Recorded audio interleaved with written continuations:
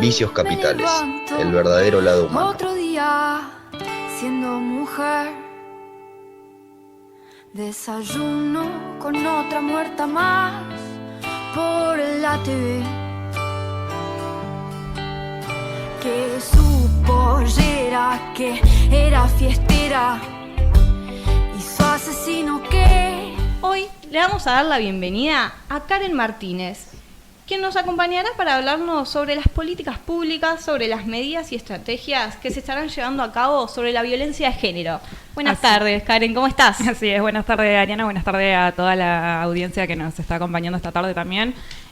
Así es, lamentablemente en octubre en Argentina se registraron 25 femicidios, esto según datos del Observatorio Mujeres, Disidencias y Derechos de la Organización de Mujeres de la Matria Latinoamericana, que es MUMALA. Y esta cifra se suma a un total de 195 asesinatos por violencia de género en 2024, consolidando así una estadística bastante desgarradora, y es que en el país ocurre un femicidio cada 37 horas. Como nombrabas al principio del programa, el gobierno nacional en tanto recorta lo que es el programa Acompañar, que justamente lo que brinda es una asistencia económica a mujeres en situación de violencia de género de 6 a 3 meses y desfinancia lo que es la línea 144 de asesoramiento, contención y atención.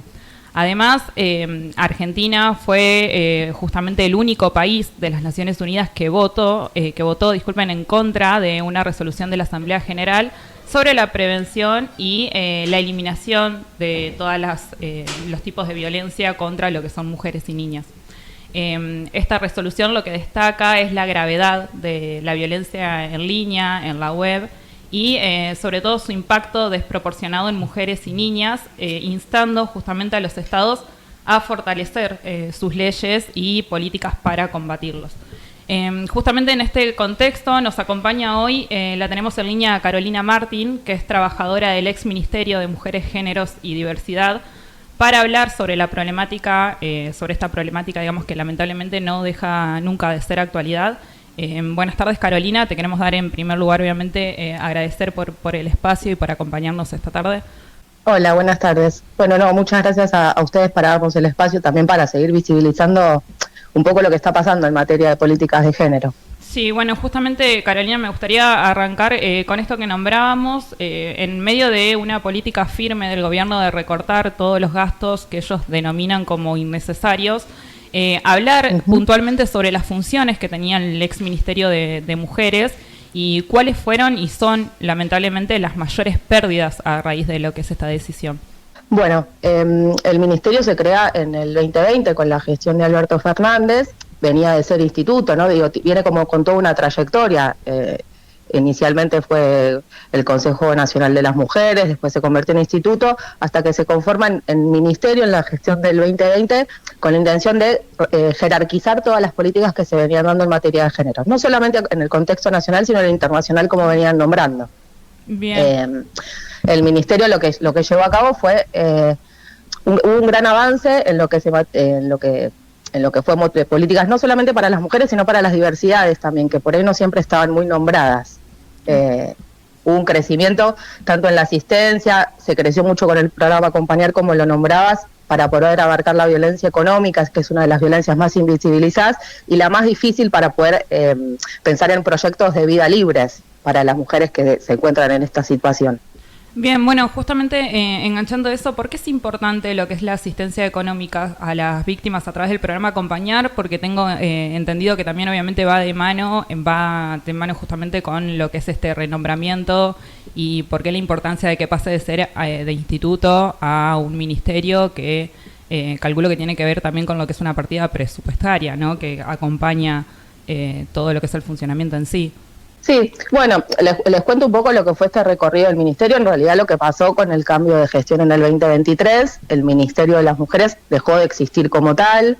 En su primer momento pasó a ser una subsecretaría que estaba en la órbita del Ministerio de Capital Humano, y esto en agosto se decide hacer una modificación nuevamente, y algunas políticas que quedaban dentro de lo que era la subsecretaría pasaron al Ministerio de Justicia.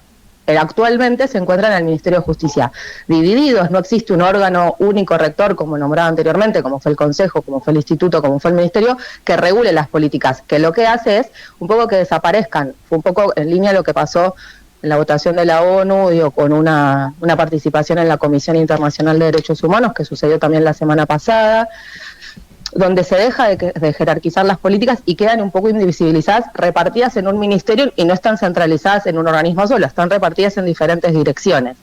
Te iba a mencionar en particular lo que sucede con el programa Acompañar, es que hay un retroceso en materia de lo que significa presupuestariamente, se reduce porque el ministerio, que esto no solamente sucede con este programa, sino con todo el presupuesto a nivel nacional, que estamos trabajando con un presupuesto viejo, y en virtud de la inflación que continuamos teniendo, queda muy desvalorizado. Y hubo un retroceso a su vez porque hay un nuevo decreto que lo que plasma del programa es que se retrocede a judicializarlo. Antes no era obligatoria la denuncia, ahora sí, y achica de los 6 meses a 3.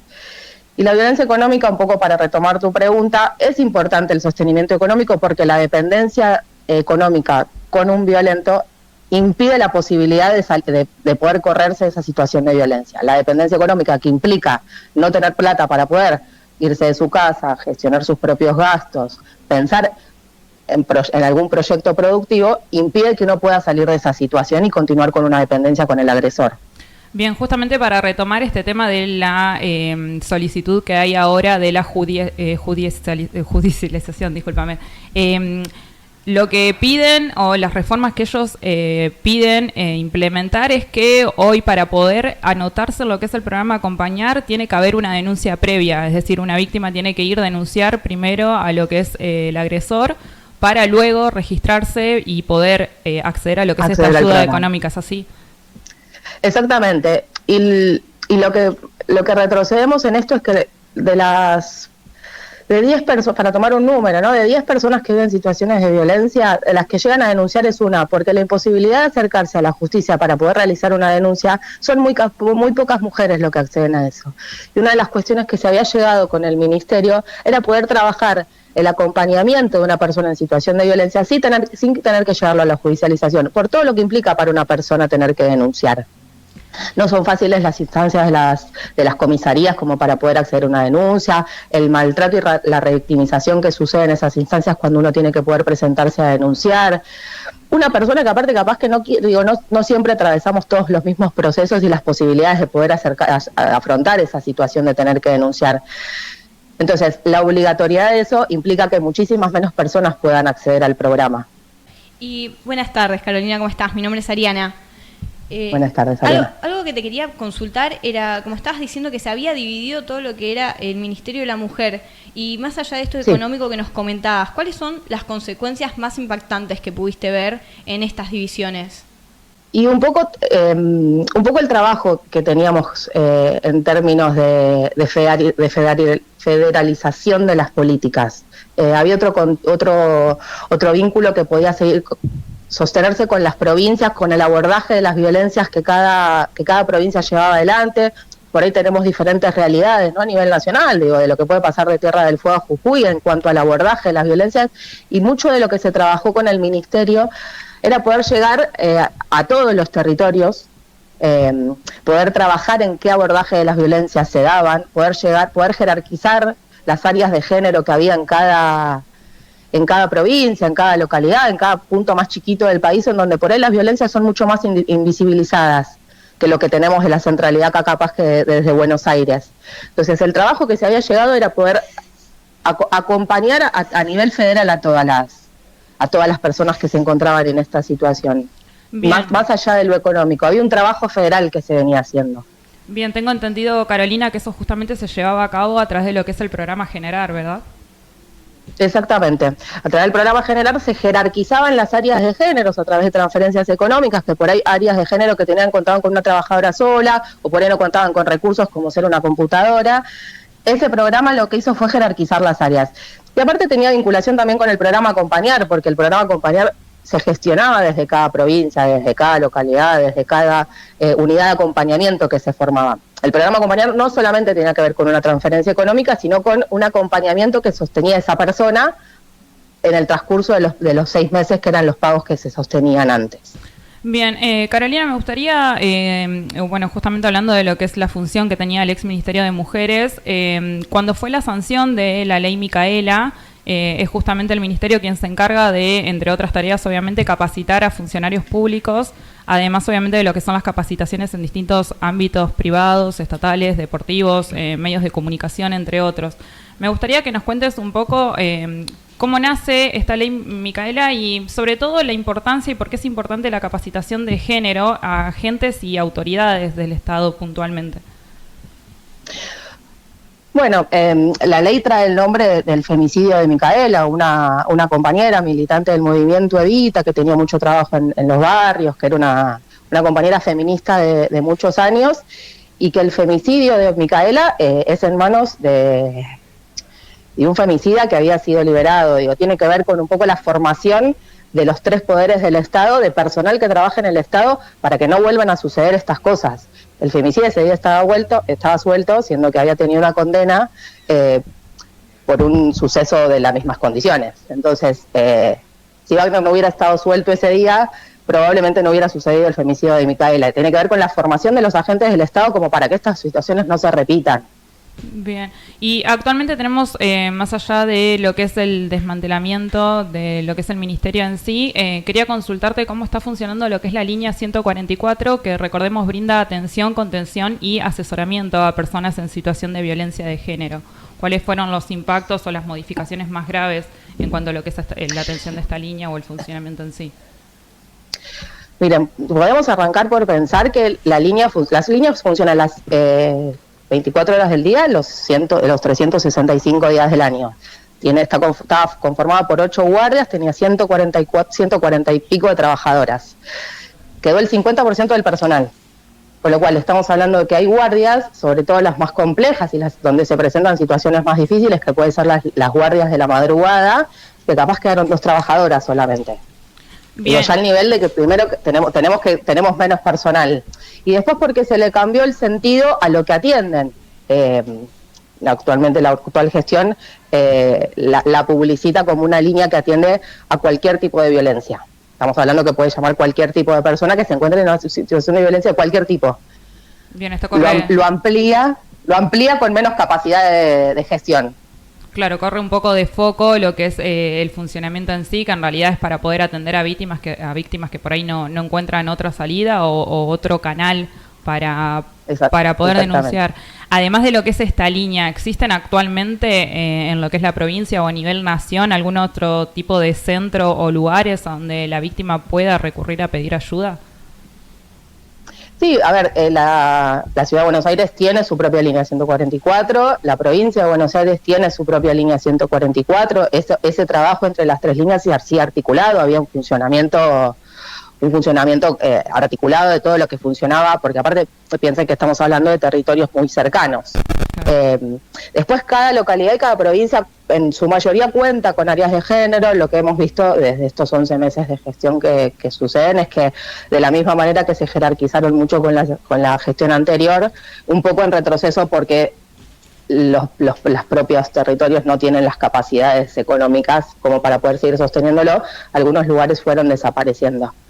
Existen, sí, algunos siguen estando, hay propias áreas de género en cada lugar, pero la realidad es que hubo un retroceso en general. Bien, al principio de lo que es el llamado, nosotros hablábamos acerca de lo que es la resolución de la ONU, que en este caso, bueno, decíamos que justamente la Argentina no adhirió, fue el único país que no adhirió a lo que es esta resolución. Pero sobre todo quería preguntarte, ¿qué opinas vos acerca de lo que es la importancia y por qué es importante hablar de lo que son estos nuevos tipos de violencia digital que recalca la ONU en línea, bueno, obviamente en lo que son las redes sociales hoy en día y sobre todo la violencia digital que hay hacia lo que son las mujeres y niñas puntualmente? Claramente estamos hablando de un retroceso, ¿no?, en materia de general de políticas de género. No adherir tiene que ver con eso, y lo que no se nombra no existe. Esta gestión nombra puntualmente que la violencia en particular de género no existe, por eso se vota en contra. Pero si no lo nombramos, si no lo tenemos presente, si no se trabaja en pos de disponer presupuesto para poder seguir sosteniéndolo, es imposible que podamos corrernos. Un poco lo que se está pidiendo a nivel internacional, saber que la violencia de género existe, reconocer que existe, destinarle plata, pensar en políticas públicas que puedan ir en detrimento de lo que sucede, es un corrimiento del Estado muy peligroso. Bien, bueno, muchas gracias Carolina Martín, trabajadora y ex trabajadora de lo que es el Ministerio de Mujer y Diversidad. Muchas gracias por tu tiempo y por tu espacio. Bueno, muchas gracias, chicas, a ustedes. Bueno, justamente en un momento de lo que es tanta distorsión comunicativa y de tanta grieta política, en donde todo lo creado por lo que es la oposición partidaria tiene que ser destruido, me parece importante llamar a reflexionar sobre este tema puntual, porque la violencia de género no distingue lo que es un ámbito social, ni lo que son creencias religiosas, ni mucho menos ideologías partidarias. Entonces, este desmantelamiento, solamente por haber sido creado, generado, o lo que es el recorte presupuestario por ser de una ideología partidaria distinta, en realidad afecta a todo lo que es las mujeres en sí.